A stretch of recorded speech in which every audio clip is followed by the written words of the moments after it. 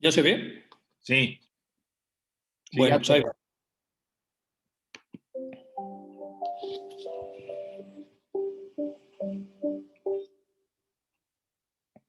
Hola amigos, buenas noches desde allá.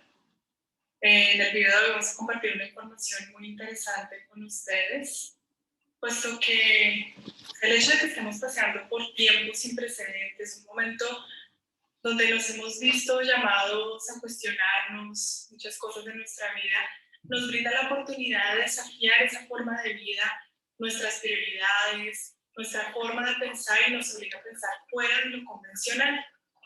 Debido a ese pensamiento innovador, las posibilidades que tenemos son infinitas y es un desafío para nosotros, para nuestro ser interno. Y es precisamente de ese ser interno que nacen todas esas posibilidades que pueden hacer que esa chispa espiritual que tenemos en nosotros se mantenga viva.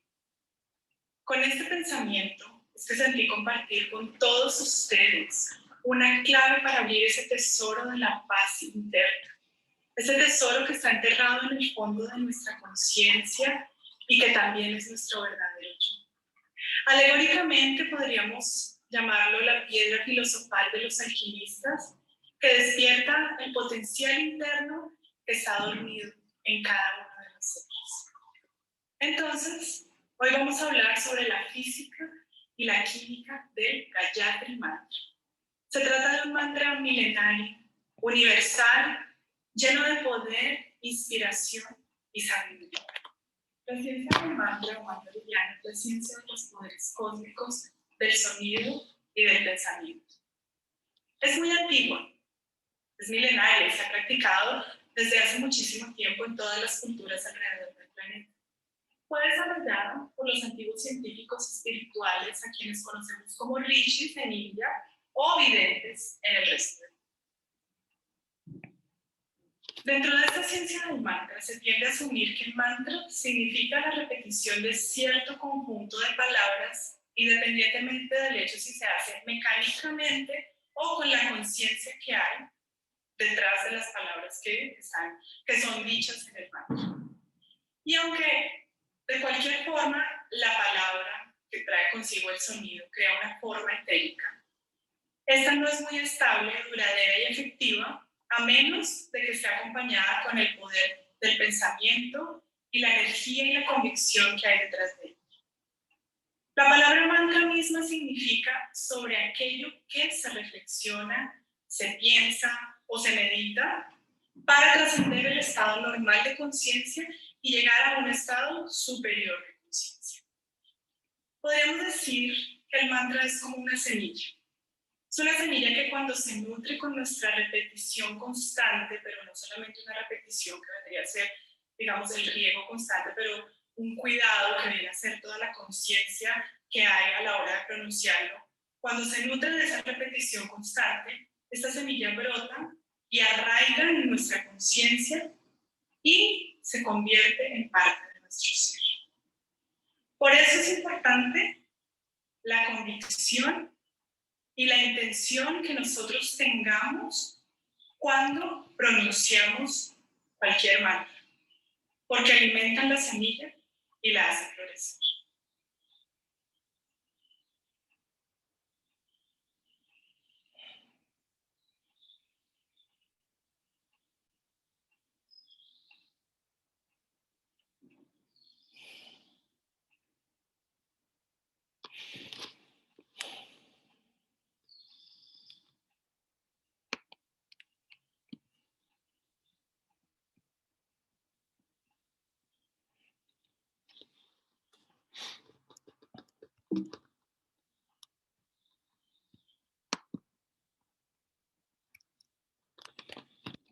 Bueno, es que está muy pesado en megabytes el vídeo, entonces les voy a poner el otro que aparecería en la presentación. Permítanme. Esto está aquí. No, ¿dónde está? Aquí está. porque sí quiero que revisemos esta parte. Pues ni modo, vamos a ver el de inglés, porque no fluye esto, está muy pesada, entonces vamos a poner otro. Déjenme ver. Ponerlo.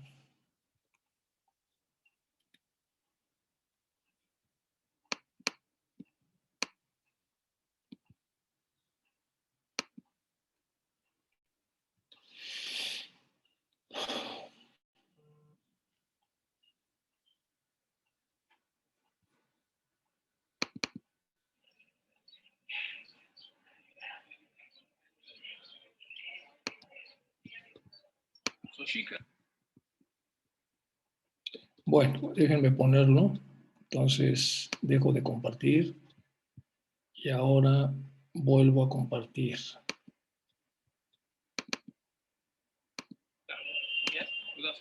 Supongo que ahí se está viendo, ¿verdad? Sí, se ve, Enrique. Ok. The morning, the ceremony that we did is Bharat Samaj Puja, and it was first done by J. Krishnamurti in Adyar temple. And C.W. Leadbeater saw that while this puja was done, what all things were happening in the subtler worlds, the vibrations that were created, and he found out that the influence area of this puja when done in Adyar. Bueno, él está hablando de lo que se hizo en Adyar hace mucho tiempo, un poco lo que iba a decir su esposa en el otro vídeo que resultó demasiado pesado para pasarlo, pero lo que está él comentando es que se hizo esta ceremonia, que estaba ahí Leadbeater y que vio el tema que ya les había dicho de esta vibración colectiva que se hizo en el templo y por lo tanto la aparición del templo metafísico, es más o menos lo que está comentando. Was from Adyar till Myanmar, and depending upon how many people are there and what are their motives, selflessness being the most important one. Está diciendo que para que la vibración esta sea efectiva, todos los que están ahí, no nada más los que están llevando la ceremonia, deben tener motivos de selflessness, es decir, de motivos no egoístas. De este es para compasión de la humanidad, para mejora del género humano, de los que sufren, etcétera, etcétera. It has greater and greater effect.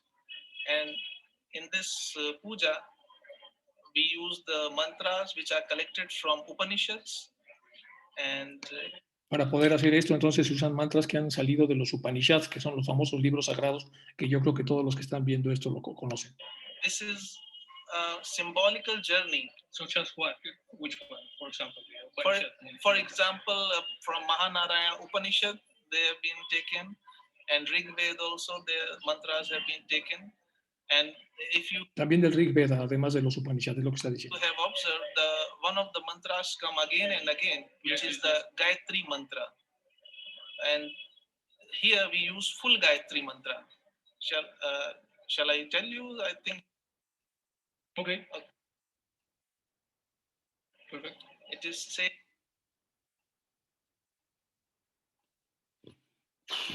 Is Om Hu. Om.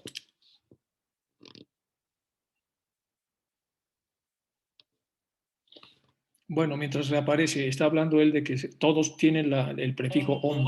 Om Suva, Om Maha. Y luego le pregunto yo si el Om hace referencia al Dios. Dice sí, el Dios de verbo, el Dios creador, es el que está normalmente antecede de todas las sílabas. Om Tapaha, Om Satyam. And then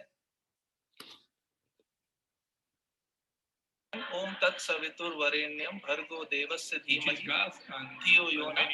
Many other things. Is this God? This is God. Om. Yeah, Om is the primordial sound. It is a symbol of that from which everything comes. And Om has various descriptions depending. It represents sometimes unmanifested world creation. It is a process of creation because, as you say also, no, initially the word was with God and the word was God. So the word means the sound was originally there, and from sound vibrations everything has come. So Ok, entonces de esta vibración que se hace de Om es muy importante porque es el Dios del verbo, el que se manifiesta a través del verbo y es responsable de toda la manifestación. Por lo tanto, entonces baja a la hora de estar rezando los mantras, como un prefijo especial, es como para darle la entonación y el sonido necesario para que tenga el impacto sobre la vibración. Om is that vibration that is we experience in meditation also sometimes. And putting Om before everything, it's like remembering that great universe, unity with that. And when we say Bhu, Bhuva, Suva, these all apply to the planes. Bhu means different plane. yeah, different physical planes. plane, then astral plane, mental plane, intuitional plane, and nirvanic plane. So with Om, when we say that, the effect of this mantra is on all those planes. Entonces vean ustedes en la ciencia interna, el Om como prefijo de todo lo que se está ahí poniendo dentro del mantra va sobre los 7 planos, es decir, los planos a los que tienen acceso la ciencia oculta, y no nada más al primer plano que representaría entonces la primera frase. And on all those our bodies. Okay. And the main meaning of this mantra is it is addressed to spiritual sun, which is not the physical sun that we see. Just as we have the spirit, or we are a spirit, and we have the physical body. Similarly, the sun that we see is the physical body of the spiritual sun. Lo mismo que ya habíamos comentado, entonces, que así como nosotros tenemos un cuerpo y un espíritu, el sol que nosotros vemos tiene también su cuerpo, su espíritu, y estos mantras de alguna manera van vinculados también a este sol espiritual. So this mantra is directly That's addressed why the temple was a physical manifestation, but also a metaphysical. metaphysical. Yes. Okay. I will tell about that also. Yes, all. I'll come. Bueno, vamos a dejar este acá, que es lo que realmente estaba en el otro. Yo les voy a pasar, déjenme quitar esto, y nos regresamos a la presentación, y vamos a seguir con la presentación. Vienen acá, ahora que se los pongo, de dejar de compartir, y volvemos a compartir. Volvemos a compartir pantalla, y ahí debe estar otra vez la presentación, me parece, ¿verdad? Ya está, ¿verdad? Sí, Enrique, sí está, Enrique, ya está. Entonces déjenme ponerle aquí el... Bueno, pues por el tema de que está muy pesado, pero si ustedes observan acá, déjenme mover esto para que se haga la presentación completa. Bueno, ahí está. Aquí están las dos ligas. Esta es la liga en inglés, de la que yo grabé hace algunos años, allí como les digo, en Bobali. Y esta es la liga de la esposa de él, que lo está explicando en castellano, pero está un poco pesado, aunque vienen algunas gráficas que los pueden ayudar a ustedes. La idea, como estamos viendo el tema de la ciencia y de qué cosa es hacer ciencia, y esto le ha robado a la filosofía y a la verdadera ciencia, la ciencia materialista, le ha robado el término, porque ahora cuando se habla de ciencia parece que solamente es la ciencia materialista, pero esto también es ciencia, es una ciencia milenaria, como ya lo había comentado la esposa que la vimos hace un momento, que nos había dicho que muchos científicos, y estos científicos les llamó los rishis, y que en el mundo que no es hindú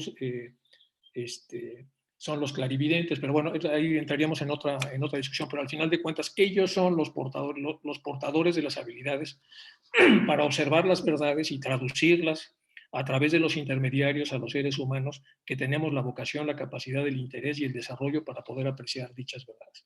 Bueno, a eso se refiere este slide. Vamos ahora con la dichosa separatividad, y esto ya lo habíamos visto alguna vez, por ejemplo, el tema de las famosas concatenaciones o conexiones. Entonces, la Osa Mayor, estrellas aparentemente solitarias, aisladas unas de otras. Otra vez lo vemos como si fuéramos los encadenados, y pues qué bonitas estrellas, están muy monas a nivel micro, la mente a través de los sentidos y con el ego inferior de por medio. Esa mente observa las estrellas en solitario y para nosotros son puntos que están ahí. Pero luego entonces viene la leyenda en el famoso lago Manasasanovar, el nombre de la deidad tutelar del lago. Según la leyenda se dice que Naga, lo cual es traducido en lenguaje esotérico significa gran adepto sabio. El lago se dice que en sus orillas fueron escritos los Vedas, los 7 cisnes que se cree bajan del cielo del lago Manasanovar. Son, según la leyenda, los 7 rishis de la Osa Mayor, que adoptan dicha forma para visitar el sitio en el que fueron escritos los libros sagrados de los Vedas. Entre otras cosas, es el lago más alto del mundo, está a 4.600 metros, y en este lago tan peculiar, tan especial, donde no crece la vegetación por la enorme altura que tiene, ahí, de acuerdo a la leyenda, es donde se dictaron por los rishis a los adeptos que estaban en este planeta, los Vedas. Ahora vamos entonces, de acuerdo a esta sabiduría, vemos que esos puntos están conectados no de manera arbitraria, digamos, no es el punto 3 con el 8 ni el punto 3 con el 9, sino que están conectados de una manera peculiar. La osa mayor, las estrellas solitarias aisladas unas de otras de acuerdo a los puntos de afinidad magnética. A nivel micro, la mente con ayuda del ego superior ahora sí genera los puentes y observa una figura. Lo primero que se observa aquí es un contorno fraterno, es decir, fraterno por unidad, en donde dicha fraternidad está hecha por una sucesión de uniones que generan una forma. Después de esta forma, entonces tenemos aquí cómo se llaman las estrellas en realidad y cómo se ven, cada una tiene su nombre, y finalmente ya las vemos todas unidas, cuando entonces sabemos, gracias a la información que recibimos, cuáles son los puentes que las unan. Y luego ya les damos, para efectos didácticos, nosotros una forma con las formas que la naturaleza nos ha brindado. Entonces decimos, bueno, esto es la osa mayor. Bueno, parte de la gran invocación de Vesak, ya habíamos hablado, es desde el punto de vista de la luz en la mente de Dios, que fluya la luz a las mentes de los hombres, que la luz descienda a la tierra. Desde el punto de amor en el corazón de Dios, vean ustedes cómo está hablando de puentes, que la luz, que fluya la luz a las mentes de los hombres. Esa es una invocación general. Que la luz descienda a la tierra. Desde el punto de amor en el corazón de Dios, es decir, ¿desde dónde? Que fluya al amor a los corazones de los hombres. ¿Hacia dónde? Que el propósito guíe a las pequeñas voluntades de los hombres. El propósito que los maestros conocen y sirven. Que el propósito de los maestros, que es grande, pueda fluir y guíe a las pequeñas voluntades de los hombres. Desde el centro que llamamos raza de los hombres, que se realice el plan de amor y luz y selle la puerta donde se halla el mal. Que la luz, el amor y el poder restablezcan el plan en la tierra. Bueno, pero siempre estamos hablando de puentes. Que se forme el enlace desde el puente de la mente de los dioses a la de los humanos, que se forme el enlace desde el puente del amor del corazón de las altas jerarquías hacia el amor del corazón humano, que el propósito guía a las pequeñas voluntades de los hombres, etcétera, etcétera. Hace un momento cuando escuchábamos a Chita, que nos estaba dando la conferencia en esta entrevista, pues él está estableciendo un puente entre los... bueno, yo que lo estoy entrevistando, que no conozco a fondo la ceremonia, él que sí la conoce, y se establece un puente en donde yo hago un gran esfuerzo para comprender lo que él está diciendo y él hace un esfuerzo para poder compartirme lo que sabe. Al final de cuentas siempre estaremos hablando de puentes. Si nos vamos al materialismo actual, resulta que para que nosotros demos nuestra autorización para entrar en estos puentes, que son puentes muy importantes y que son metafísicos, el requisito de entrada es un buen título y una buena portada. Es decir, podemos meternos a un cine porque el título es muy llamativo y nos vamos a quedar a la mitad de lo que esperábamos, o podemos perdernos una película cuyo título no es muy llamativo, porque pusimos como requisito de entrada otra vez el famoso marketing. Esta ciencia entonces que nos enseña qué cosas son atractivas y no, para que de un plumazo dejemos de lado algunas cosas y de un plumazo nos acerquemos a otras. Ahora vamos entonces con la ciencia materialista para hablar un poco de ella. ¿Qué usa la ciencia materialista que solamente trabaja con el cerebro físico? Un poco, obviamente, los científicos de la historia han sido ayudados desde los planos metafísicos, cuando dichos inventos han sido muy importantes para que el género humano los toque. Y aquí tenemos que decir, lo que se usa es la inferencia. ¿Qué hacemos cuando no vemos todo y queremos saberlo todo, pero solo vemos una parte? Pues tenemos que utilizar entonces formatos de generalización, y uno de ellos es la inferencia. Supone la acción de deducir, de llegar a alguna conclusión o probabilidad debido a los hechos o parámetros que suceden previamente. Y para eso se establece una simulación. Aquí tenemos un ejemplo. Por ejemplo, la intensidad de los lumens, o sea, de la cantidad de luz que emite un astro, y aquí el acercamiento a una estrella en miles de kilómetros. Entonces, lo que hace un observador o un investigador de alguno de los centros de investigación más importantes astrofísicos del mundo es que observa, y a veces en nanómetros, es decir, observa movimientos estelares muy pequeñitos y de ahí especula que si esto caminó así durante a lo mejor 2 años terrestres, que equivalen a nada desde el punto de vista celeste, pero si ha habido este camino, entonces yo puedo inferir que esto, si sigue caminando así, entonces esto al final yo puedo encontrármelo aquí o aquí o acá. Esta es la simulación. La simulación me permite entonces correlacionar dos variables, y si la correlación es muy alta, yo puedo predecir que estas mismas variables van a seguir correlacionadas más adelante. Ese es de los grandes estudios que utilizan entonces la ciencia. Esta es una recta directa donde todos los puntos van en el mismo sentido y entonces yo puedo predecir desde el punto de vista científico lo que va a pasar el día de mañana. Y esta es una correlación de menor a mayor, esta es de mayor a menor, esta es una correlación que no es totalmente recta, esta es una que tampoco es recta y que es de mayor a menor. Y aquí es donde no hay relación. Aquí no puedo hacer ninguna generalización ni ningún supuesto, porque si yo trato de hacer una línea, la línea que suba por aquí, entonces va a tener que restar todas las desviaciones estándar de todos los puntos que se han alejado del centro. Por lo tanto, entonces me va a dar una probabilidad malísima. Es decir, si nosotros encontramos una dispersión de esta naturaleza, no podemos predecir, no podemos usar inferencia. Lo que vamos a inferir acá es que no están relacionadas estas variables. Y lo que podemos inferir aquí es que sí hay cierta relación, aunque haya cierta dispersión, y eso es lo que usa la ciencia. Antes de inferior se observa, se clasifica, se taxonomiza, se organiza, se observa a través de la diversidad. Bueno, a eso se refiere este slide. Y aquí tenemos los mapas de variedad posibles de acuerdo a las limitaciones del cerebro físico. Lo primero que tenemos que ver es todas las posibilidades de relación por pares, por ejemplo, de los números 1 al 7. Si nosotros vemos todas las posibles relaciones que hay, son estas. Esto se llama tramo de variedad.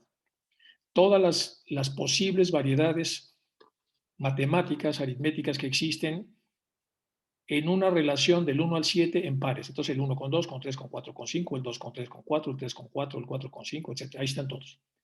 Cada uno de ellos significa una unidad de conocimiento. Vamos a ver en teosofía. Pues este ya se leyó el tomo 2 de la doctrina secreta, que eso equivale al 2,5. También se leyó la voz del silencio, que equivale al 4,5. También se leyó el de las montañas azules, que es 1,6. Entonces, si le hacemos un examen y le preguntamos de lo que ya sabe, pues lo va a aprobar. Si le preguntamos de lo que todavía no sabe, va a suspender. Al final, entonces, esto es un universo de posibilidades. Lo que hace la ciencia es tratar entonces de entender, bueno, de estar buceando en cada uno de estos puntos y luego profundizar. La relación 1 con 2 que se refiere a tal cosa, en realidad, si profundizamos, se puede subdividir en otras 40 cosas que a su vez se van a subdividir en otras 50, etc. Ese es el modelo de la ciencia y esto se llama tramo de variedad.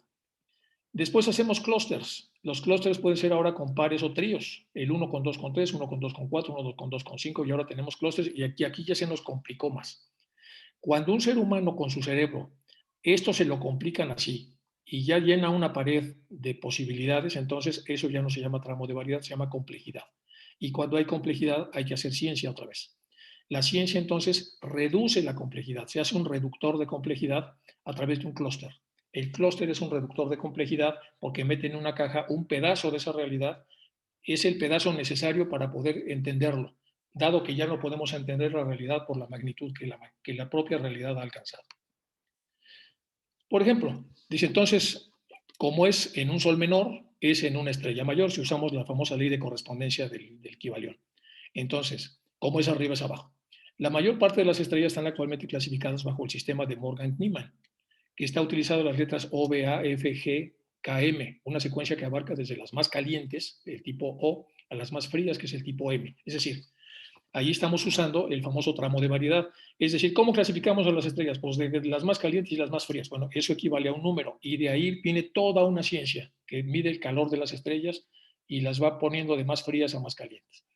Cada clase de letras se subdivide usando un dígito numérico con el 0 para las estrellas más calientes y 9 para las más frías. Por ejemplo, A8, A9, F0, F1. Forman una secuencia de las más calientes a las más frías. La secuencia ha sido ampliada con clases de otras estrellas y objetos parecidos a estrellas que no encajan en el sistema clásico, como la clase D para las estrellas enanas blancas y la clase C para las estrellas de carbón.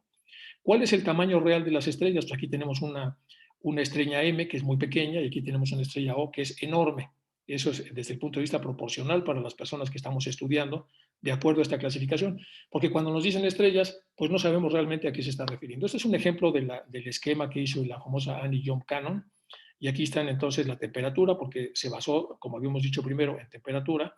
Luego, entonces, la cromaticidad, o sea, el color con el que aparece. Las secuencias que tienen vibracionales, las líneas de hidrógeno, etcétera, y entonces empezó a hacer una clasificación poco a poco. Y vean ustedes cómo ese pedazo del tramo de variedad se hace grande, o esta mujer lo hizo grande, porque empezó a agregarle y agregarle y agregarle cosas. Ese es un ejemplo de la ciencia en astronomía. Vamos a aplicarla con el modelo que ya habíamos visto antes. Tenemos entonces aquí la clave de la materia, la ciencia en la época de Blavatsky, casi toda la ciencia pues estaba nada más con la clave esta de la materia. Entonces analicemos las explicaciones que hay sobre la naturaleza y nosotros tenemos aquí las explicaciones de las altas jerarquías, aquí están todas las altas jerarquías, es nada más un ejemplo. Y entonces a través de la teosofía podemos tener acceso a muchas más cosas de las estrellas, de las cosas que de las estrellas nos dicen los astrólogos que siguen trabajando y ampliando y ampliando y ampliando sin cesar la clave única, que es la clave material. Es decir, todo lo que se descubre necesariamente tiene que ver con la clave material. Y por lo tanto la clave material se elonga y nos perdemos mucho de la clave subjetiva, es decir, de las claves que están en la parte de arriba. Bueno, el famoso magnetismo, la fuerza universal de atracción y repulsión, que es la base prácticamente de toda la expresión del universo, conocida ya desde los tiempos de Empédocles y perfectamente descrita por Kepler. Los llamados 7 hijos hermanos del Foucault representan y personifican las 7 formas del magnetismo cósmico denominadas en ocultismo práctico los 7 radicales, cuya generación cooperativa y activa son, entre otras energías, la electricidad, el magnetismo, el sonido, la luz, el calor, la cohesión, etcétera, etcétera. Y aquí está el famoso Kundalini Shakti, el poder de la vida, una de las fuerzas de la naturaleza. El poder que engendra cierta luz en aquellos que se disponen para el desarrollo espiritual y clarividente. Es un poder que solo conocen aquellos que practican la concentración y el yoga. El poder o fuerza que mueve formando curvas, por eso está esta imagen acá. Es el universal principio de vida que se manifiesta en todas las partes de la naturaleza. Esta fuerza incluye las 2 grandes fuerzas de atracción y repulsión, es decir, a partir de ellas se da todo. La electricidad y el magnetismo no son más que manifestaciones de esa misma fuerza esencial. Este es el poder que produce el ajustamiento continuo de las relaciones internas con relaciones externas, que es la esencia de la vida, según Herbert Spencer, y el ajustamiento continuo de las relaciones externas con las internas, es decir, al revés, que es la base de la transmigración de las almas, según las doctrinas de los antiguos filósofos indios. Esto da para otra conferencia, porque aquí estamos hablando de karma, estamos hablando de reencarnación, de transmigración, en base solamente a esta fuerza, y como hija esta fuerza de las otras fuerzas de todo el magnetismo que tiene que ver con atracción y repulsión. Pero lo que nos está diciendo entonces la ciencia que se llama oculta es mucho más de lo que nosotros habíamos observado en este cuadro, por muy sofisticado que el cuadro pueda parecernos. Es porque este es un cuadro que utiliza nada más una clave, que es la clave de la materia, y esto es un cuadro que ni siquiera es un cuadro, es una prosa en donde vienen un montón de cosas que no se ven ahí.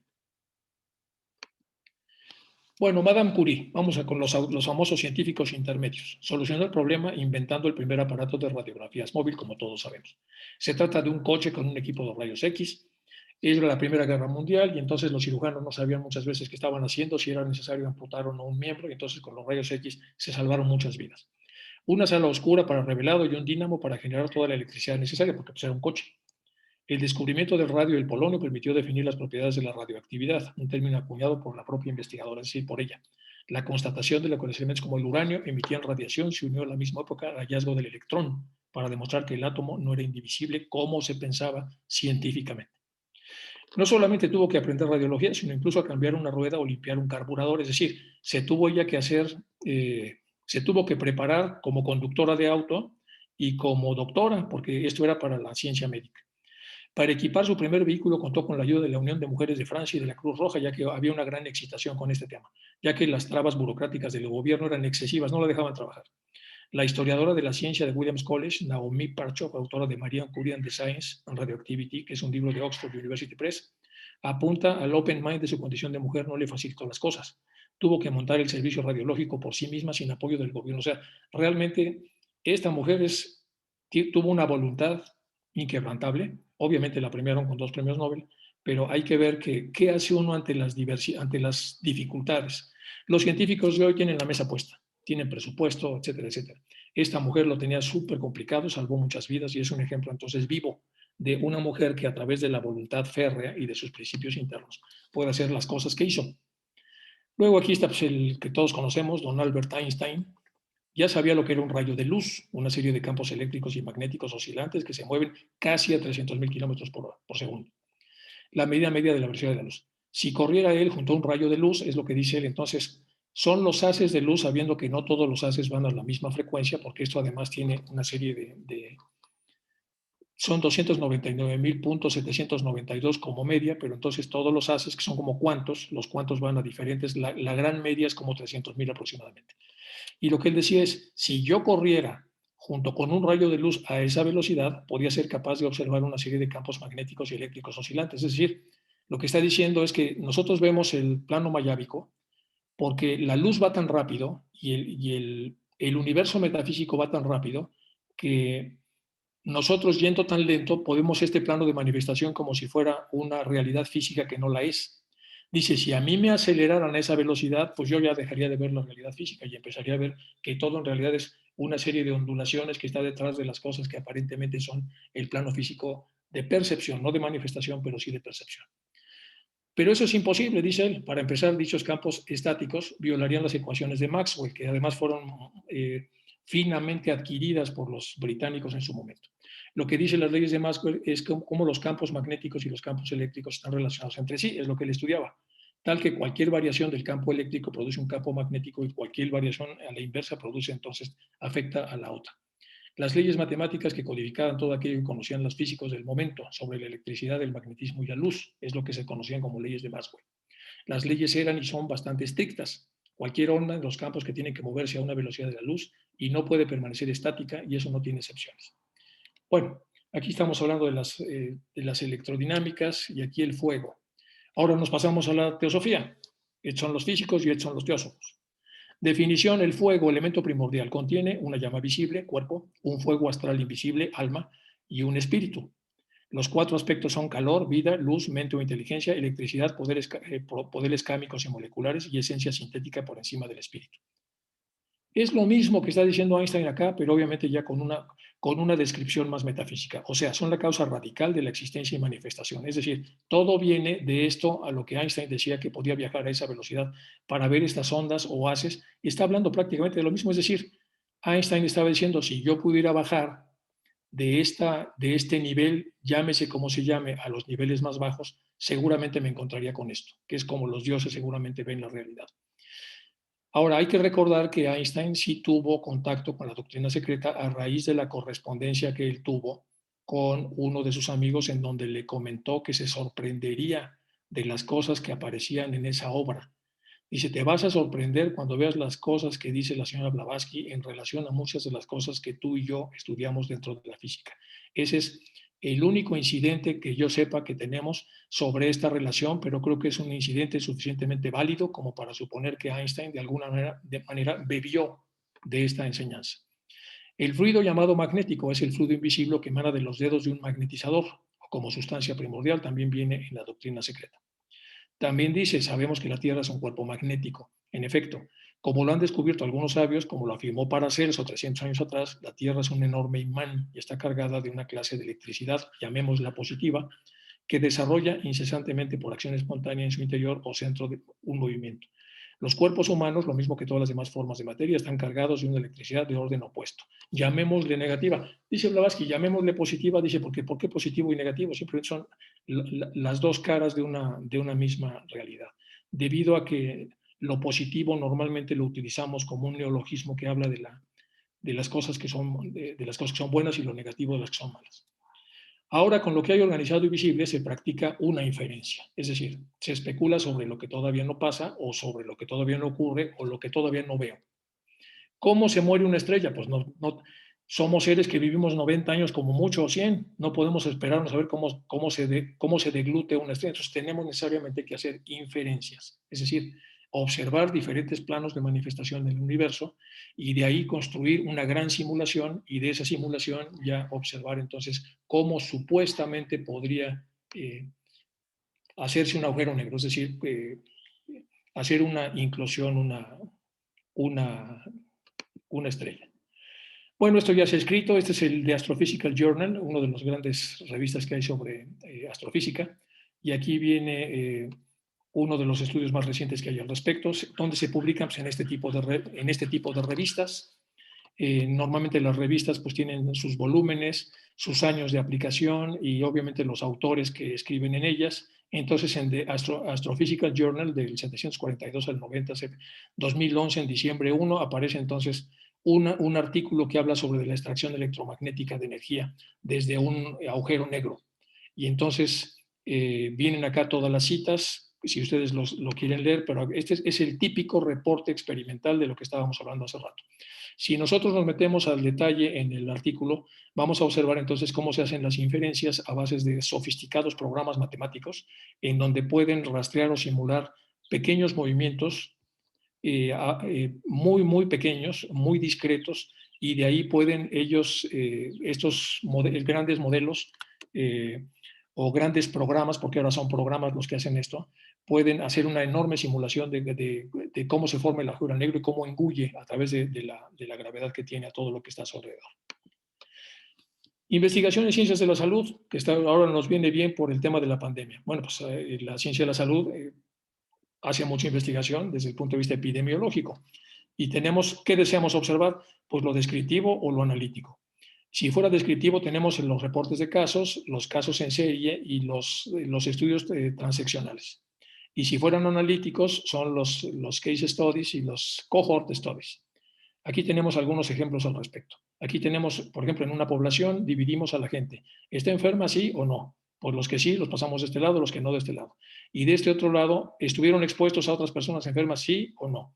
Y entonces tenemos este cuadro. Tenemos personas enfermas que estuvieron expuestas a enfermos, tenemos personas enfermas que no estuvieron expuestos a enfermos, tenemos personas que no están enfermas a pesar de haber estado expuestas a enfermos, y tenemos personas que no están enfermas y no estuvieron expuestos. Y estas casillas van creciendo de manera exponencial en una pandemia. Es decir, la casilla de las personas que sí están enfermas, que son estas dos, y si empiezan a crecer demasiado, entonces empezamos a poner todas las alarmas para tratar de atajar lo que está sucediendo y ver por dónde viene el tema. Si es un tema que viene por contagios, porque ha habido contactos, o si es un poco más sofisticado el asunto, es decir, que no hay evidencias de contactos y de todos modos la gente se está enfermando. Como más o menos ha pasado ahora con las investigaciones que han hecho ya las universidades por su cuenta, porque se pensó mucho tiempo que el COVID tenía mucho que ver con las superficies, porque su distancia en nanómetros era muy gordo el virus, y entonces decía, pues este virus cae sobre las superficies, vive mucho ahí, y uno si pasa la mano, pues ahí automáticamente se siembra el virus. Pero se ha visto que no, que el virus sí se mantiene en el formato spray. El formato spray es el formato que se queda fijo en una habitación que no tiene corriente de aire. Y entonces todos los lugares cerrados, el virus está ahí, se respira. Y como se respira, pues la gente normalmente se contagia si la carga viral es muy alta. Bueno, pues aquí están las famosas ideas, cómo se trabajan las ideas. Bueno, primero se requiere una buena inspiración, oportunidad, hay que conceptualizarla. O la idea es simplemente la necesidad de resolver un problema, o la necesidad de cubrir huecos del conocimiento, es decir, ya sabemos mucho del conocimiento, pero hay muchos huecos que hay que llenar. O es una idea que no existe, no hay antecedente antes de momento, pues entonces sería una idea inspiracional. O oportunidad, pues vacunas dentro de una pandemia, todo eso es oportunidad. Hay que ir sobre lo que está pasando en el entorno y hacer cosas asociadas a este tema. Pasa en los negocios y pasa en la ciencia. En los negocios, pues las entregas a domicilio, lo que es una gran oportunidad. Bueno, eso es normalmente lo que alimentan las ideas de la investigación, perdón. ¿Cómo se hace el método científico? Entonces, bien, la famosa idea que ya vimos de dónde proviene, pues puede provenir de cualquiera de esos campos. Después se plantea el problema, se hace uno cierta inmersión en el campo, es decir, hay que conocer un poco aquello de lo que uno va a investigar. Por eso los que tienen doctorado, pues ya están inmersos. De alguna manera, el doctorado les ha hecho leer y leer sobre las variables que ellos van a manipular. Se elige el diseño a emplear, se determina la muestra a emplear, se selecciona la obtención de dicha muestra, dónde la vamos a sacar, se aplican las variables independientes, que son las que causan, y la medición de los efectos en las variables dependientes. La variable independiente es la que va a causar algo y la dependiente es la que va a ser modificada. Luego viene la recogida y análisis de datos, la interpretación de resultados y la elaboración del reporte experimental. ¿Y todo esto dónde se mete? Pues en una cosa como esta. ¿Cuánto dura? Pues según la investigación, según lo que se haya invertido ahí, pues puede durar muchos años. Hay investigaciones de 10 o 15 años, hay investigaciones mucho más cortas. Bueno, el planteamiento cuantitativo del problema. Lo que hace es explorar, describir, relacionar o explicar, evaluar, compartir, interpretar, determinar causalidades. Y los elementos que se hacen son objetivos, preguntas, justificación, viabilidad, alcances, implicaciones, estado del arte. Es decir, el investigador, aparte de su investigación para conseguir los recursos, pues tiene que convencer a los que ponen esos recursos de cuáles son los objetivos, si interesan esos objetivos a los que van a poner los recursos, se van a hacer una serie de preguntas y posibles aplicaciones de lo que van a hacer ahí, la justificación, pues, para qué es, pues, la viabilidad, si esto tiene utilidad o no, los alcances, etcétera. Y luego está de ese lado el delimitar, cómo delimitar el problema, es decir, hasta dónde sí y hasta dónde no, la relación entre variables, hacer al problema medible y observar. Bueno, son cosas de la ciencia en general. Las hipótesis son las explicaciones tentativas sobre la relación de más variables o la no relación. Las hay descriptivas y las hay de investigación. Bueno, ciencia antigua. De este lado está la ciencia abstracta, es decir, lo que la ciencia no toca, y de este lado está la ciencia materialista. Ejemplo, vean ustedes. Primero, diseño experimental. Problema. ¿Cómo a partir de una célula puede llegar a formarse un animal o un ser humano? ¿Cómo a partir de una semilla puede ser un árbol enorme? ¿Cómo es que ese árbol enorme estaba metido ahí? ¿Y cómo a raíz de algo que no sabemos qué es, se ha hecho ese árbol enorme? Pues eso tiene aspectos metafísicos y aspectos físicos. Los aspectos físicos es qué cosa está haciendo la semilla para desdoblarse, qué está haciendo el óvulo y el espermatozoide unidos una vez que el espermatozoide empieza a rascar la zona pelúcida a través del hialuronidasa que ahora se usa para efectos cosméticos y penetra en este caso al óvulo, y a partir de ese momento, cómo es que de ahí sale un ser humano. Entonces, la descripción de los cambios que se van haciendo, eso lo da la ciencia materialista. Miren ustedes que se divide en mórula, monérula, y esto empieza a crecer y crecer y a dividirse hasta que es un feto, y luego un parto con producto inmaduro, un parto prematuro, un parto a término, sale el bebé y ya entra en la, etcétera, etcétera. Todo eso es porque lo estamos viendo físicamente. Pero la pregunta es, oiga usted, ¿y quién metió esa información ahí? ¿De dónde vino? O sea, ¿de dónde sale aquello? Esta es la parte metafísica. Entonces, el primer descubrimiento es del RNA y del ADN, perdón, aquí lo repetí mal, su secuencia y su ubicación intracelular. Entonces, aquí ya se vio, el origen del DNA sigue siendo un gran misterio para la ciencia. Bueno, ¿y de dónde viene eso? No se sabe. ¿Cómo se desdobla y se divide en las bases de guanina, citosina, adenina y timina? Y cómo se juntan, pues ya lo descubrieron Watson, Crick y Wilkins, les dieron el premio Nobel también, etcétera. O sea, pero todo eso es una descripción de lo que ya pasa. No es una especulación de dónde, quién hizo eso, cómo se formó, de dónde surgió. Ahí no se mete la ciencia, por desgracia, porque esto ya es la ciencia abstracta.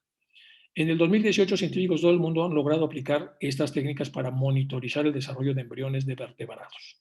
El origen filogenético de embriones sigue siendo un gran misterio. Un equipo liderado por el experto en genética Jeffrey Farrell de la Universidad de Harvard descubrió los patrones de expresión genética de cada una de las células del embrión de pez cebra. No siempre se expresan los cromosomas y esto es un gran misterio.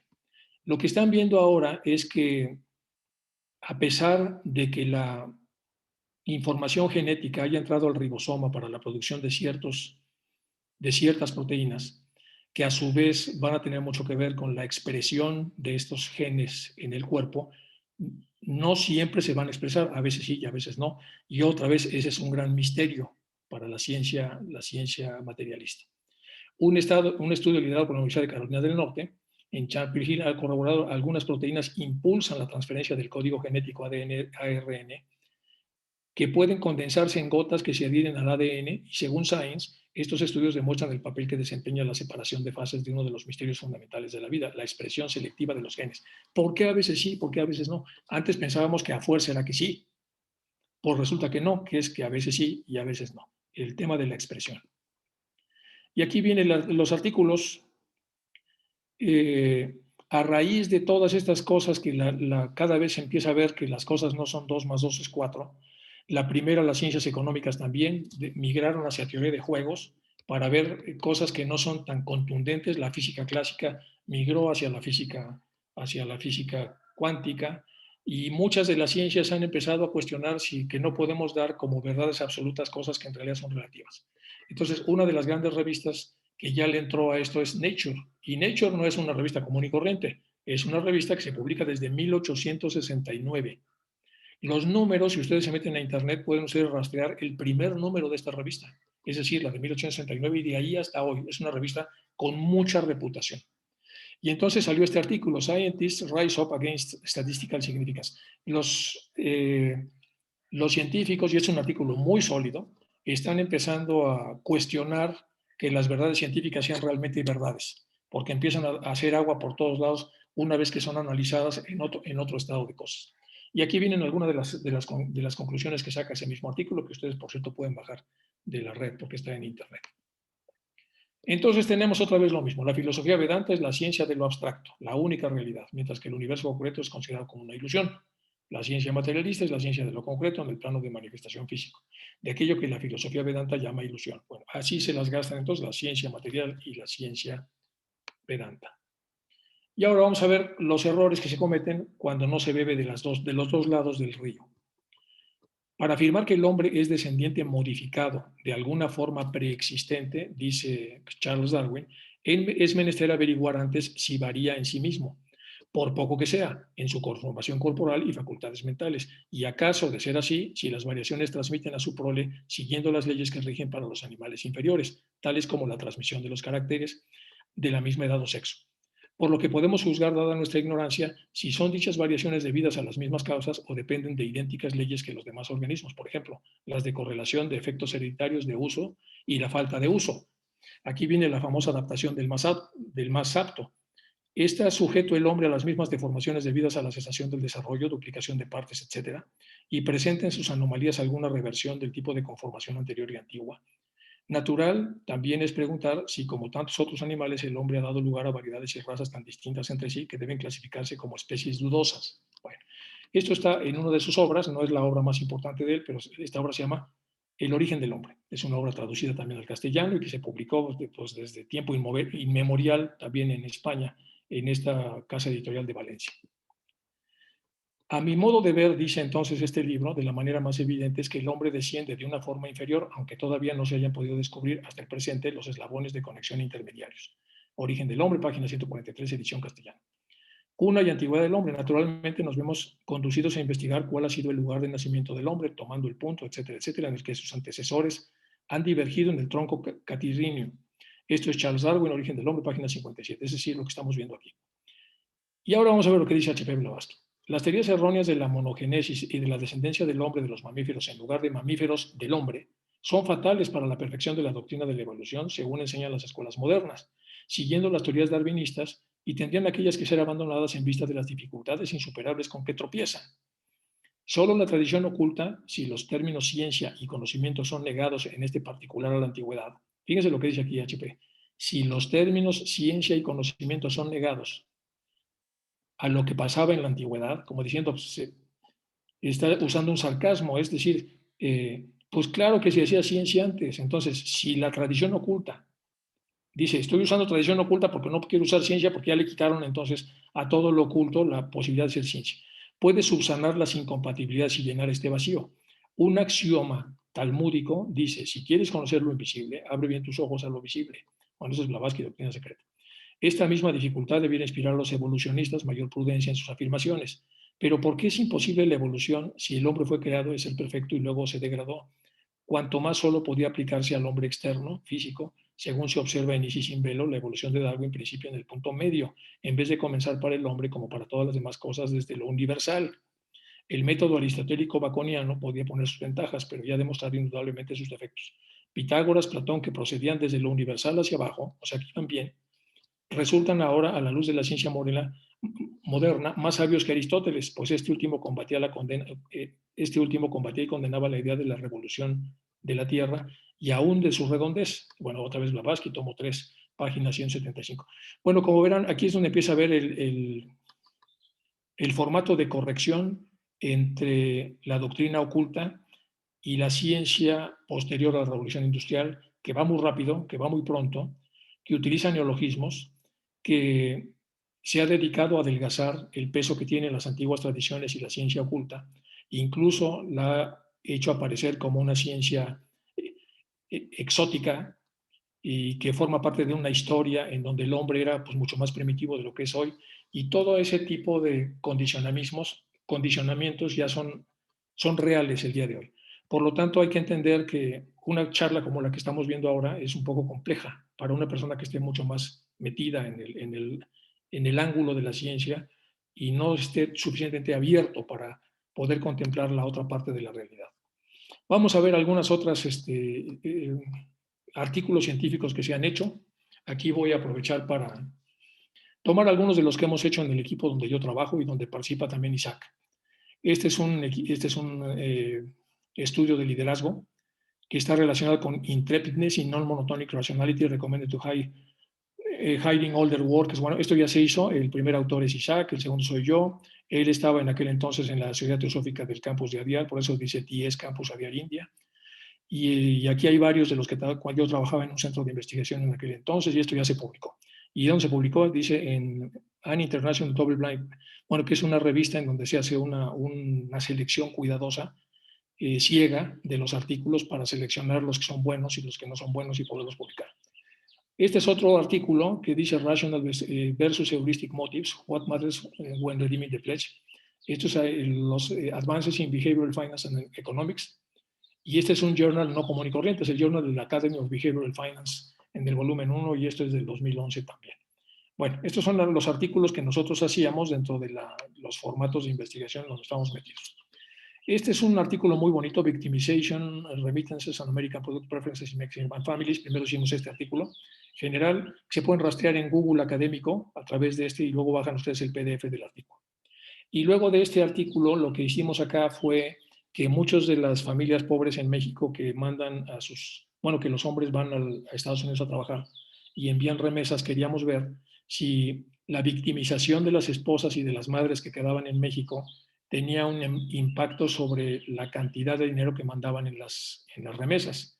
Este artículo lo presentamos en China, gustó, y después de gustarlo, bueno, entramos en un debate sobre los temas de remittances, porque también tienen otros países estos temas, y bueno, al final, bueno, esa es la ciencia que de eso no estamos hablando mucho, pero esta es la ciencia materialista, que obviamente tiene su utilidad, pero de alguna manera va coja, le falta siempre la otra parte.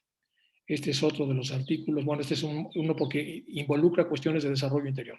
Leadership Coaching Profile Based on Vivekananda's Values in Mexican Successful Executives.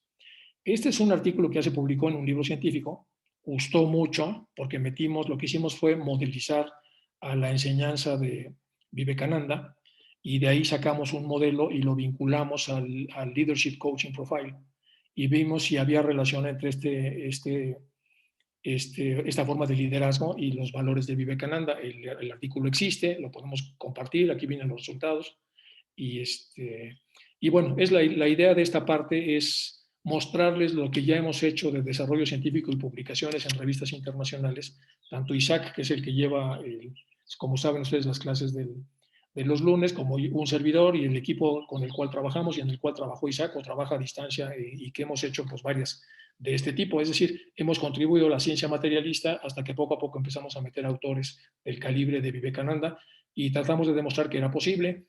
Tenemos amigos en Delhi, en la Universidad de Delhi, que hacen un liderazgo espiritual que resulta muy atractivo para los hindúes, porque los hindúes beben mucho de la espiritualidad. Bueno, vamos a ver entonces como las primeras conclusiones de lo que estamos viendo hasta este momento. Nosotros somos seres que vemos algunas cosas en plano físico y otras no las vemos, pero queremos ver las cosas que no vemos. Por eso la famosa ópera Yolanta que vimos en otra de las charlas, ¿se acuerdan? La de Tchaikovsky. Bueno, entendiendo lo que los que ven han compartido con los que no vemos. Y este es un poco de broma para que vean ustedes el perro si ve y la señora de aquí, ¿no? Y vean el pobre perro cómo va. Bueno, sin embargo es preciso verificar que los que dicen ver sean auténticos, porque lo que no es posible ser visto, o bien porque está vedado o porque sin serlo requiere que alguien comparta ese conocimiento. Es decir, si nosotros no vemos lo que no se ve y alguien llega y nos dice que él ve, pero en realidad es un charlatán, pues nosotros vamos a comprar una idea que no es correcta, por eso tenemos que tener cuidado. Y ahí es donde viene la enorme importancia de cuidar el legado teosófico. El legado teosófico está condensado en Isis y en Velo y en la doctrina secreta. Y obviamente y en más obras, pero digamos que son como las obras cumbre.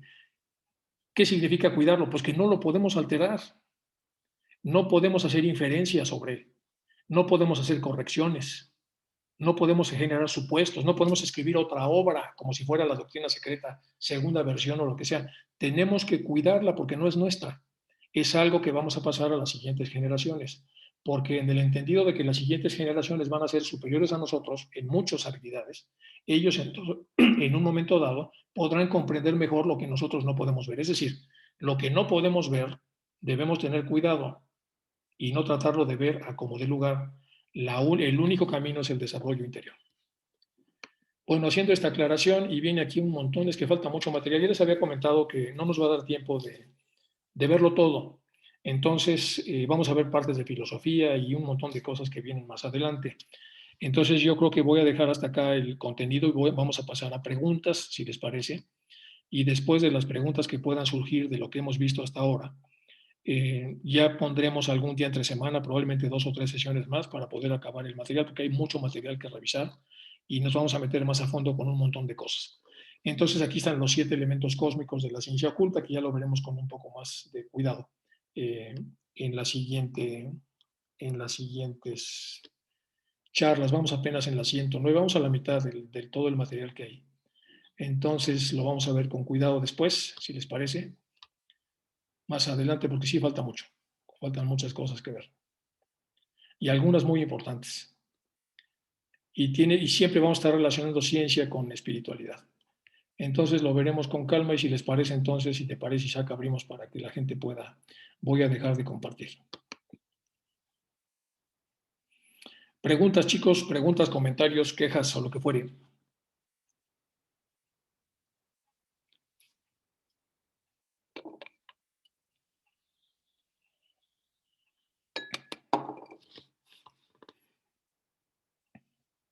Isaac, ¿andas por ahí?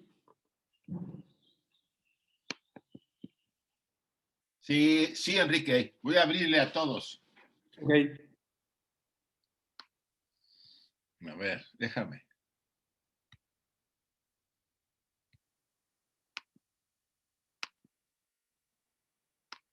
Ya está abierto para todos.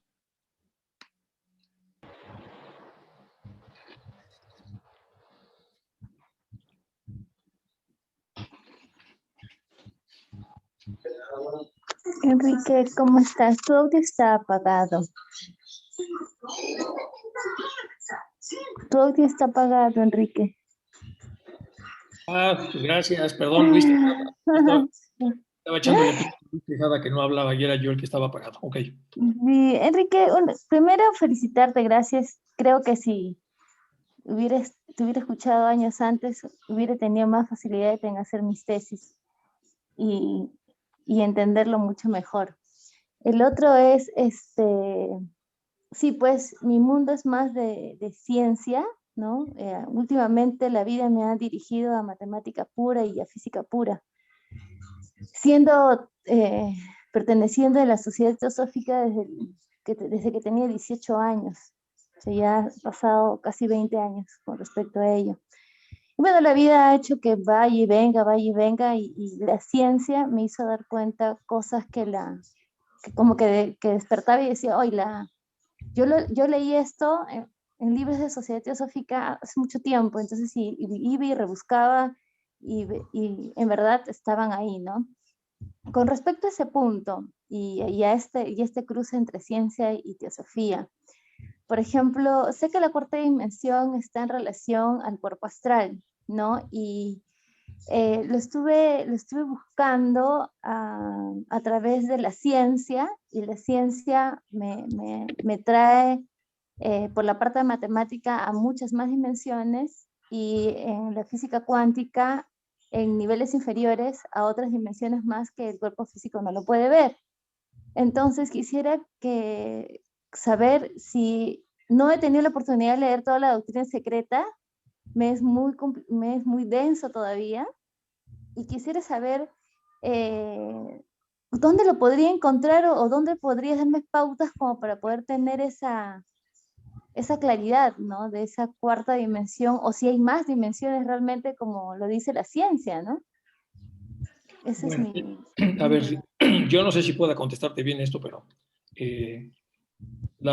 yo lo que hago es anclarme, porque antes estaba yo anclado en cuestiones que tienen que ver con ciencia, para sacar la famosa probabilidad y el 0.05 y usar estadísticos y etcétera, bueno, y poder publicar recibir los coscorrones de los editores cuando estaba mal la estadística y volver a armar los cuadros. Bueno, yo venía también de ahí, como estás tú. Y vi que estaba yo mal anclado, porque estaba para generar todas las generalizaciones que hacía, yo estaba anclado en cosas que había aprendido en el mundo científico. Entonces decidí cambiar el ancla. Y me sirvió mucho una charla muy breve que tuve con don Saturnino Torrán, una charla que me invitó Isaac hace muchos años en Barcelona. Y entonces hablamos poquito, pero lo poquito que me dijo fue el tema de las anclas. Y me hizo mucha resonancia y dije, bueno, y si cambio las anclas, las voy a cambiar ahora. Y ahora voy a empezar a dividir la realidad a través de principios, como hace la teosofía, y en vez de dimensiones, a través de principios y a través de ¿cómo se llaman? Los principios obviamente ya te dan idea de los principios internos del ser humano y los externos del cosmos, que también son internos para el ser humano. Bueno, y lo segundo eran los planos de manifestación, el físico, el astral, el mental, y a partir de ahí meter todo lo que pudiéramos ver de la ciencia, lo que fuera. ¿Esto de dónde va? Porque si uno empieza a rastrear lo que dice la ciencia como dimensión, y aquí se está hablando de que el quinto elemento es el éter porque se están tocando 4, y si revisamos a Platón en el Timeo, explica por qué hay 4 elementos y no 2, porque se necesitaban 2 elementos intermedios, porque el término medio evita que la separación sea demasiado polar, como si fuera una campana de Gauss, casi. Y en la campana de Gauss, entonces, si fueran 2 elementos, te pierdes todo el centro, que es realmente donde está la actividad. Y entonces pone el aire y el agua con todas las, dice, y no son el aire y el agua que vemos en el plano físico, son otro tipo de cosas. Y empieza a ser todo rastreado desde ahí y te empieza a tener sentido. Le vas metiendo en estos cajones esta realidad y vas a ver que todo se endereza, solo que tiene otros nombres. Y muchas cosas que han creado pues no existen. En el radio, que antes estaba en el broadcast, que estaba, por ejemplo, la famosa AM, luego se descubrió el single sideband, es decir, que dentro de una misma onda de radio puedes dividirla en 180 grados y por lo tanto tienes 180 canales en lo que antes era un canal. Entonces, en realidad, eso está de alguna manera contemplado en el plano astral, porque es más gelatinoso. O sea, tú dices, ¿dónde lo meto? ¿En el plano físico? Pues de alguna manera sí. Entonces, subdivides lo que es la electricidad del plano físico, lo que es el rayo, que así le ponen, lo que es, etcétera, todos los planos en ese sentido. Y ves, bueno, ¿por qué no habíamos descubierto esto? Pues porque lo estábamos viendo solamente en el plano físico. ¿Quién lo descubrió? Pues accidentalmente, un serendipity. Fue accidental porque alguien vio que entonces que en una variación a través de los osciladores que se usaban antes, una variación de 15 grados te dio una señal real que fue además captada por una banda dipolo de 15 grados también. Entonces, a ver, pero si es la misma banda. Es y no es la misma banda. Entonces, ¿sí me explico? Y de ahí salen estas como dimensiones y dimensiones dentro de dimensiones, porque lo que vemos es muy burdo, es muy subdivisible en un montón de cosas, y lo importante para no alejarnos de la teosofía es anclarnos un poco en los puntos teosóficos. Es lo que te puedo decir. Perdón, es que es una pregunta muy larga, muy compleja, y hay otros que alzaron la mano, pero sí, ojalá te ayude. Está bien, no, está bien, gracias. Tienes razón, voy a anclarme por ese lado y de ahí desglosarlo. Gracias. Que hace frío ahí donde estás, ¿verdad? No, yo soy friolenta. Ah, bueno. Chao. Luis, perdón, que te estaba yo diciendo que hablaras. Gracias. Gracias por el enorme esfuerzo que estás haciendo, y lo que estás tocando realmente es tremendamente importante, aun cuando es muy árido para mucha gente. Mis preguntas iban un poco a estos sistemas blandos. Por ejemplo, no sé si esto pueda tocarse hoy día, pero cuando hablamos de la parte física, científica, por ejemplo, en la parte de los gemelos, de los siameses, y en la parte ocultista, si esto, ellos tienen almas diferentes. Y dos, ¿cómo se conjugan los clones en este sentido, en la parte científica y en la parte ocultista? No sé si eso sea tema de hoy día o si lo puedas después tratar. Gracias. Pues mira, las primeras veces que acompañé a Isaac a Diar, que todavía no era yo miembro, pero íbamos mucho a la India, porque hacíamos publicaciones en escuelas que había ahí de corte científico. Entonces alguna vez todavía no era yo miembro, pues en el almuerzo pues hay otros tipos con los que convives. Y alguna vez se habló de los gemelos idénticos y dijo uno que estaba ahí, son gemelos pero no son idénticos, no hay nada idéntico, tienen almas diferentes, lo que estás diciendo tú en este momento. Yo dije, como que no son idénticos, si eso está en los libros, lo están hechos, está escrito pues sí, no son idénticos, efectivamente no son idénticos porque tienen almas diferentes y aunque puedan tener un parecido enorme, porque sabemos entonces que los padres nos dan el doble etérico y el cuerpo físico, en realidad más hacia adentro no están así. Y luego ya trabajando un poco con los monjes te das cuenta de lo mismo, porque había un monje que también, antes de hacerse monje, tenía hijos muy parecidos y alguien le preguntó que esos hijos eran idénticos. Y dice, no, dice, lo único igual que tienen es un tatuaje en el hombro que es igualito, que se lo mandaron a hacer los dos. Son totalmente diferentes, aunque se vean parecidos. Entonces, eso en relación a lo que estás comentando. La ciencia ya explica un poco el hecho de que, según los elementos con los que puedas comparar, por ejemplo, la sangre tiene como 1500 antígenos. Los útiles para hacer una transfusión son 4, la sangre O, la AB, o luego el RH, positivo o negativo 5, pongamos. Pero son 1500, que obviamente son menos relevantes para el tema de una transfusión, pero son muy relevantes para el tema de una expresión cromosómica, porque te dan un formato de identidad. El iris tiene también como 5000 puntos importantes que hacen diferente a un ojo de otro ojo. Y 5000 puntos, ¿sí me explico? Todos, casi como la pregunta de hace un momento, todo lo que se veía como sencillo, en realidad se subdivide y se subdivide y se subdivide. Y también nos lo dice la doctrina secreta, cuando empieza a subdividir los planos en las últimas charlas que dio Blavatsky en la famosa logia Blavatsky ahí en Londres. Uno de los diagramas que tiene es cómo se va subdividiendo en 7 y cada punto de esos en otros 7 y cada uno de esos puntos en otros 7 y cómo los 7 tienen la misma división inicial, es decir, con los mismos nombres que se van haciendo en el mismo clúster. Es lo que te puedo comentar para no salirnos del canal de la teosofía y no meternos un poco en la ciencia, entendiendo que la ciencia de repente anda para arriba, para abajo y para todos lados y se ancla en cosas que luego no tienen suficiente sustento, como acabamos de ver hace un momento. Se pensaba que el átomo era indivisible y y pobre del que opinara diferente, más dogmática que la Iglesia Católica durante los años estos oscuros, ¿sí me explico? No al grado de que te quemen, pero sí a Pasteur le hicieron ver su suerte y a un montón de gente también. El mundo de las ideas, ni siquiera los teósofos nos salvamos de eso. Cuando alguien piensa diferente, realmente se convierte en un infierno los conflictos que hacemos entre nosotros. Entonces somos seres muy conflictivos, somos seres con un ego inferior muy complicado y a veces nos cuesta trabajo entonces discutir este tipo de temas porque tocamos fibras muy sensibles de la gente. Y en realidad esa gente tiene razón según desde donde lo está viendo, como dice Einstein con la relatividad. Esa es su verdad porque así se ve desde donde está. La vida lo ubicó ahí y ahí lo ve así.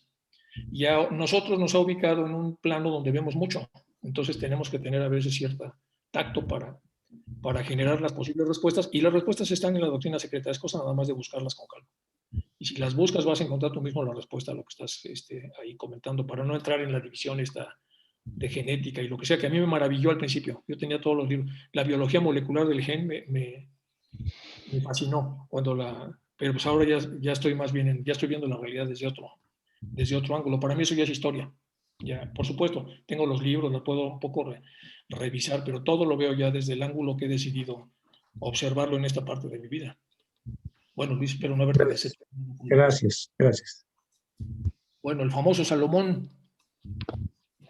Hola, Enrique. Oye, te quiero hacer una pregunta, tal vez un poquito fuera del tema, y si está fuera del tema, pues me callas, ¿eh?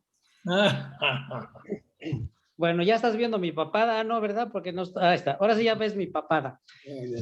Bueno, oye, Enrique, me causa mucha curiosidad la formación de este planeta Tierra, porque se fue formando de tal manera que fuera posteriormente la casa, el lugar donde habitaríamos, pues todos los seres que habitamos en este planeta, que son minerales, vegetales, animales y nosotros.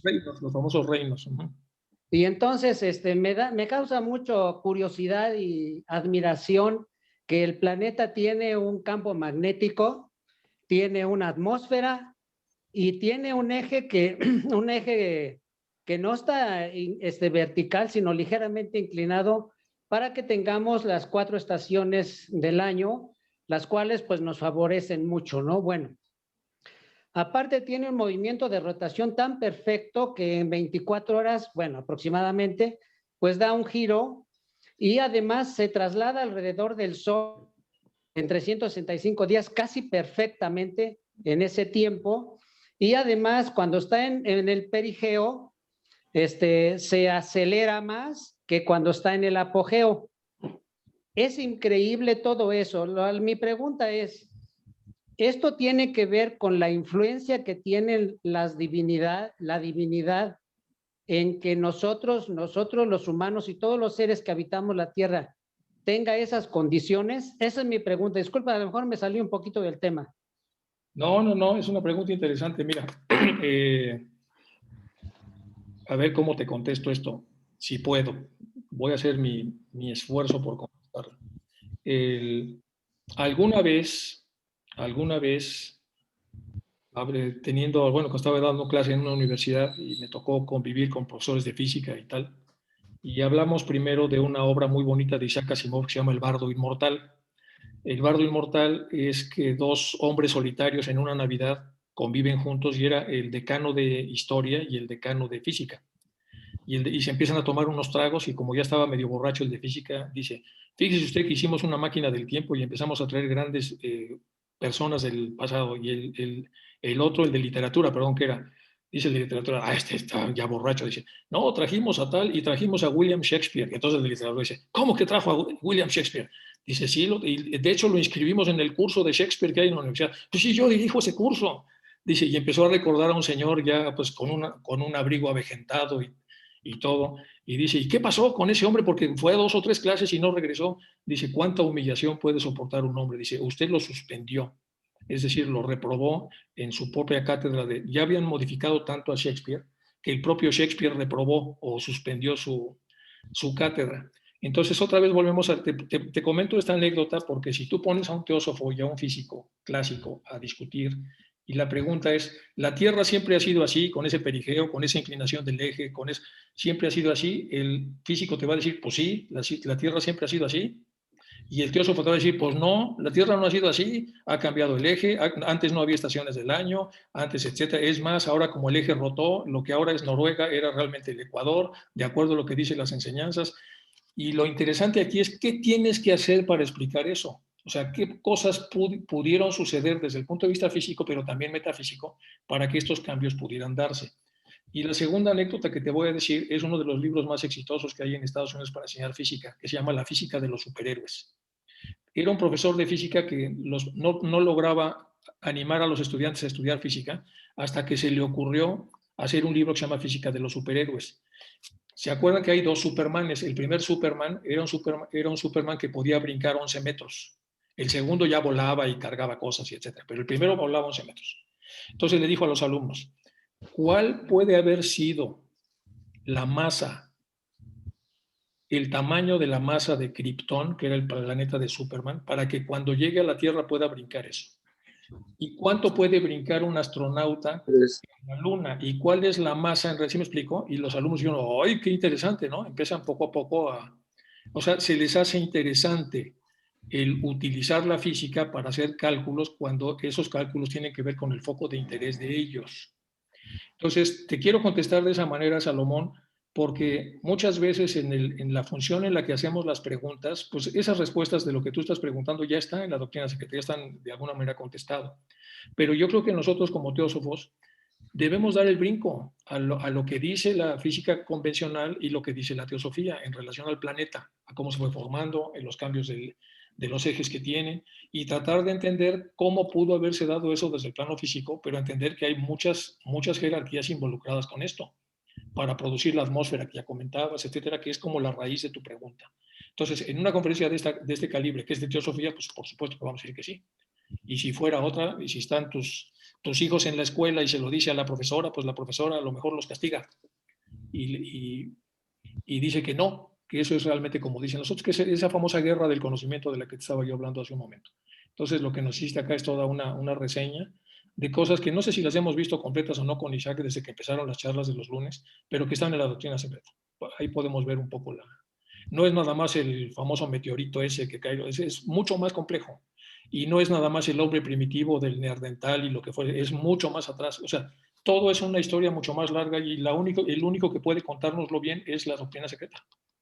Bueno, y algunas otras tradiciones, por supuesto, pero por lo menos de los que son relativamente revelados es la doctrina secreta. Como dice Blavatsky cuando se hizo la primera publicación de Sinet, dice, las verdades que ahí se dicen han dejado de ser ocultistas en el momento que este cuate las publicó, porque una vez publicadas ya se hacen conocimiento exotérico y ahora hay que cuidarlo más porque lo pueden manosear. Todo conocimiento sagrado, una vez que se hace externo, hay que cuidarlo de los seres egoístas que tratan de manipularlo. Gracias, bueno, Enrique. No, gracias a ti, Salomón. Creo que no hay más preguntas. Muchas gracias por haber estado en la charla. Bueno, no es una pregunta, felicitarte por por esa habilidad que tienes tú como exponer las cosas. Y yo creo que has mencionado en un momento a Maturana. Sí, cómo no. Y yo diría que había que decir que Maturana, desde el punto de vista que utilizamos sus teorías, está vivo. Y entonces, pues en vez de lamentar pues que haya desencarnado, yo agradecería pues que ha estado y lo que ha colaborado y lo que nos ayuda. Y nada más que eso. Gracias. Gracias, Félix, por tu comentario. Lo que pasa es que lo íbamos a invitar. Estábamos tramitando el ISSN de la revista Panamericana, que dirige Isaac, y teníamos ya la idea de invitarlo, porque yo le conocí, y de hecho conviví con él. Entonces, él estaba en la lista para ser invitado y ¡pum!, que se muere. Entonces ya no va a poder estar en la revista. Entonces ahora vamos a invitar pues, al que les presenté hace un momento, que es al Edward de Bono, pero obviamente queríamos a una personalidad fuerte para la revista, porque vamos a estar invitándonos. Por eso dije que lamentamos, porque cuando nos cayó esto fue justo 2 o 3 días antes de que nos dieran el ISSN. Entonces fue como una muy mala coincidencia, por lo menos para nosotros y para la revista. Esa es la idea, por lo que dije que lamentábamos que se hubiera muerto. Muchas gracias. Un tipo irrepetible, un tipo muy bueno. Lo pueden ver sus vídeos ahí. Pero gracias, Félix. Gracias. Bueno, chicos, parece que no hay nadie más. Agradezco mucho la atención de ustedes para un tema que es un poco árido. Y espero que luego cuando haga el resto de las charlas, que serán 2, a lo mejor 2 más entre semana, para poder terminar un tema que aunque es árido, creo que nos interesa a los teósofos, poder bucear un poco en él, para poder entender un poco cómo se relaciona la teosofía con la ciencia moderna. Bueno, pues si quieres, Isaac, damos por terminado o sí. Magali. Sí, Magali, ¿quieres despedir? Sí, gracias, Enrique, en nombre de la Federación Teosófica Interamericana. Gracias por presente, magnífica exposición. Y creo que para el mes debes dejar esa charla para otro domingo, ese venidero, porque estaríamos más personas ocupando el espacio y aprovechando el espacio. Pero gracias, Magali, pero creo que ya se están dando a esta misma hora otras conferencias. Y como creo que esta, aunque es menos taquillero el título, es importante. Por eso, bueno, como tú quieras, pero siempre es agradable escucharte y muy enriquecedor. Pero, como tú decidas. Gracias, Magali. Pero cuídense mucho todos y nuestra gratitud a todas las que han dado. Bueno, pues muchas gracias, chicos. Gracias a todos. Gracias, Enrique. Muchas gracias. Muchas gracias. Gracias, Enrique. Gracias. Buenos días. Y a ustedes, gracias. Gracias a todos. Gracias, Enrique. Gracias. Saludos. Saludos. Excelente. Gracias a todos. Gracias. Gracias. Gracias, Isaac. Muchas gracias. Saludos a Noria. Enrique, excelente, mis respetos. Gracias. Gracias a todos los que hacen posible estas reuniones. Hombre, a ti, José. Es el José, que ya me adapté, José, a todos los señalamientos que me hiciste. Félix, hasta luego. Isaac. Sí. Adiós. Adiós. Los que quieran más dosis, nos vemos mañana. Sí. Mañana nos vemos, yo sí estaré. De acuerdo, Isaac, muchas gracias. Ahí estaremos mañana, sí. Vale, hasta luego. Claro que sí, claro que sí. Gracias a todos. Gracias. Mañana, chicos, hasta mañana. Saludos. Chao, chao, Enrique, chao, Isaac. Hasta luego. Chao, chao. Isaac, Adiós. Adiós, Isaac, Ronald. mañana no puedo estar yo porque me vacunan. Uy, lamentablemente. ¿Ya hiciste el testamento? Sí, estoy pensándolo. Déjame algo a mí, ok. Yo ya me vacuné, Ronald. No, pero mentira, esa vacuna te va bien, Ronald, te va bien. Es una broma, Ronald. No, ya la me segunda. vacuné las dos. Ah, Las es dos. Esta es la segunda. Estás bien todavía. Ah, sí, Y sí. todavía no hablo chino. Magali, ¿te vacunaron con la vacuna china? No, con la americana, pero digo por si acaso. ¿Y vos, Emilce, cuál recibiste? La rusa, primera dosis. Pero va, entre las que hay acá en Argentina es la mejor. Claro. Porque después está la China que no, y están peleando los políticos para pedir que venga la Pfizer, que se considera mejor, la mejor. Pero acá no. Pero la China es la más probada, porque es la que más habitantes la ha recibido.